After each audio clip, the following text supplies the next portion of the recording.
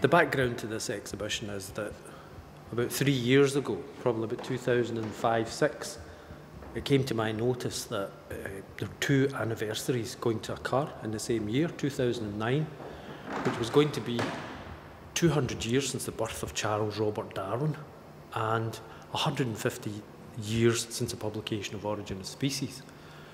Those twin anniversaries offered a good opportunity to the University of Edinburgh, which was effectively the university that Darwin started off his formal education career in, his higher education career in, and it gave us the chance to commemorate both those anniversaries.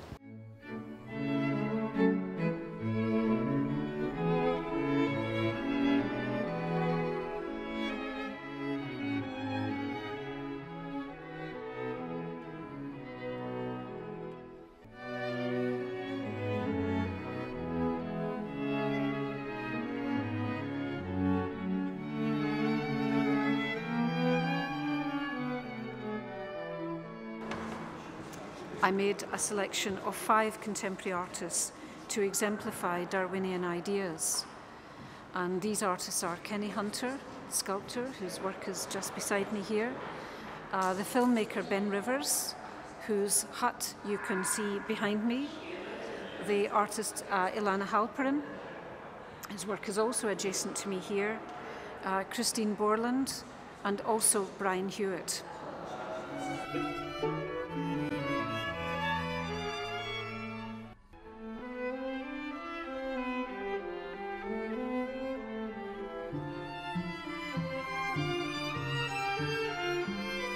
So the conceit that we developed was a magnet.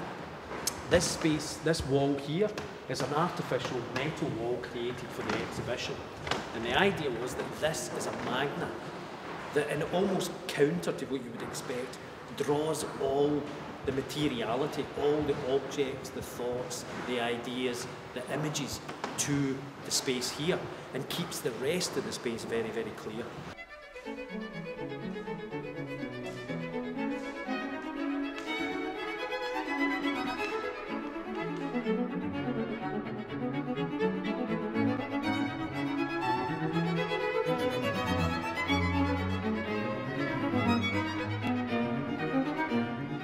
We have here the rarest thing in the exhibition, probably one of the rarest manuscripts that we have in Edinburgh University's collection.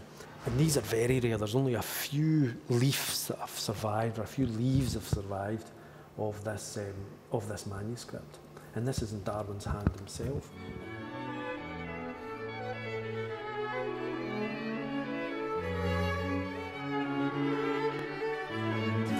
And what are these letters? These are the ones he wrote to his family when he arrived in Edinburgh, so that's to his father and this is to his... Oh, lovely, yes. There's Erasmus's brother above him. That's right, both from Shropshire. Below the chap from Dumfries, Mr. Moffat. Yeah. This is a death mask of... This is William Burke. Looking at Darwin's Edinburgh, it struck me that one could equally justifiably call it Edinburgh's Darwin. The designers and curators haven't gone over the top. It's not a complete life of Darwin. That's all been going on, celebrated elsewhere in Britain, everywhere.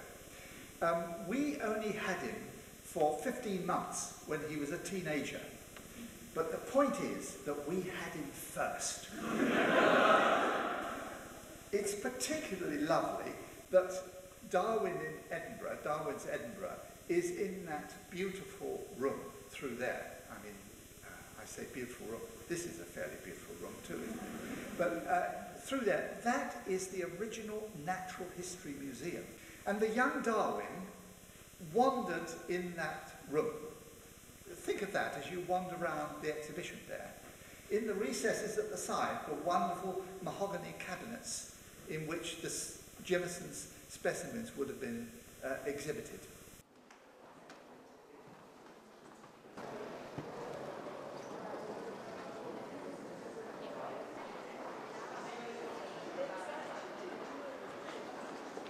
One of our aims in making these exhibitions is not only to readdress perhaps forgotten or misinformation that Darwin actually began his education here But in presenting the historic exhibition, we were very driven by the richness of facts that we could share with the public, not only about his medical education at this university, but about the learned societies he was involved with, and in our opinion, and in our assertion, the fact that many of his evolutionary ideas in his studies of natural history were begun in this university.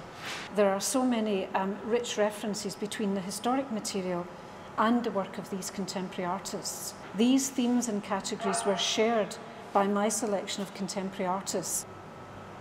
Looking back on it now, I think we have actually achieved it very, very well.